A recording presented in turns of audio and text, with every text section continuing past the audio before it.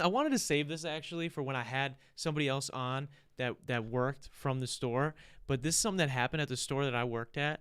Again, I worked at Target, and we have this thing called reshop. Reshop is when you, as a customer, come in and you're like, okay, I am returning this item. It is, for whatever reason, I'm returning it. You know, whether it's defective, and they'll ask you like, what's the reason? You're like, oh, it didn't. If it's clothing, oh, it didn't fit, or oh, they didn't like it, wasn't the right one. Maybe I got the wrong toy. I meant to get this one. I'd like to exchange for in-store credit or whatever.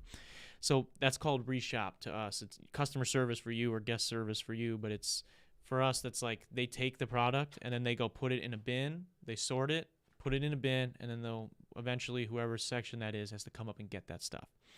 Now, speaking of 9/11, this where I was at, these people would get stuff, right? So let's say over a day, maybe like 30 to 50 guests, and that might be a lot, that might be a little, I don't, that's probably around, would come in, let's say, and they all, that many returns have come in. It's probably more than that actually, but a lot of people return things, or they, right when they check out, they're like, oh shit, I got 2 of these, I didn't need 2 of these, and they bring them over, and these bins pile up. Sometimes you get big items that fill the whole bin up, and they'll be like, hey, can somebody from, chemicals section, the household cleaning section, can they come up and get it, and get this bin, it's full.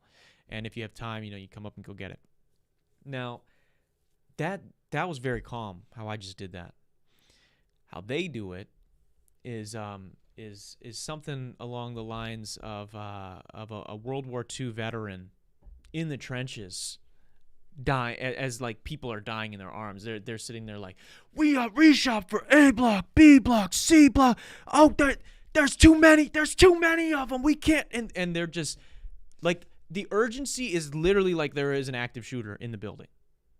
Like, I don't know if there was one, if they would have that same level of it. Like, it's insane how crazy they sometimes, and not everybody, right? But some people would just get like, holy shit, we need this bin. This bin is full, okay? And if we don't get it, it needs to get out of here now. It needs to get out of here now. And they would just like lose their shit, dude. And it was always the funniest thing because, like, then you have to go up and get it, whatever, and it's like 4 boxes, and you're like, was somebody getting shot up here? Like, was somebody going to kill you if this box didn't get whatever? So they would freak out. And the funniest thing was, it wouldn't be that bad, I guess. I wouldn't talk any shit, right? If their track record was maybe a little bit better. But this is one of the funniest things that I came in the next day to this. I was not there when it happened. A customer had come in, and they were returning a Lego set. And you guys know me, I love Legos.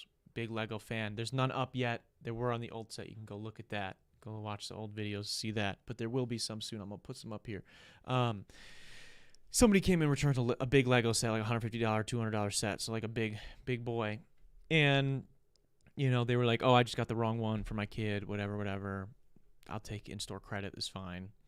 And so they returned it. Guest service looked at it, it looked at the box, like didn't see any issues with it, even though, Lego box has like specific tape holding it down, so they could have seen that the tape was cut or whatever. They didn't look at anything. Then later that evening, and we got to come in the morning. I worked in the morning, so I got to hear about it and see it in the morning.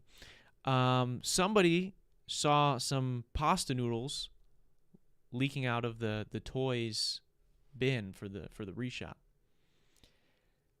And so they go over to check it out, and they're like, oh, it's coming out of this box. And then they open the box, the entire box of this like $150, $200 Lego set full of pasta noodles.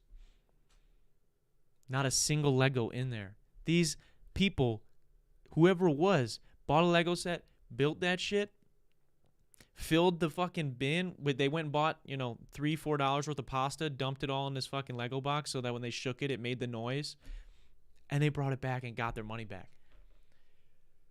That's insane, dude. That's such a dub. I mean, like, I can say it now because I don't work there, but that's a dub for that person. And I just remember thinking that like the whole time, like, dude, y'all really calling for me to come empty these boxes like somebody's dying. and you're not even checking to see if there's real Legos in this fucking box. Now, granted, I don't know if I would have caught that either, but you know, I'd like to think that maybe there would have been some tell, because that's hilarious to me. So like, so funny. And I know people that maybe haven't worked retail maybe won't find that funny, but the fact that like, dude, a Lego set, even like this is like $150, $200. This is a chessboard. That sounds kind of like pasta, right? A little? I don't know. That's a little bit like pasta, right? And so apparently somebody figured that out, and they did that, and they finessed some Target employees. Thanks for watching that last video, guys. Click right over here to see the episode in its entirety, or click over here to subscribe and check out all the other cool shit we have on the channel. What are you gonna do? What are you gonna do? Do it.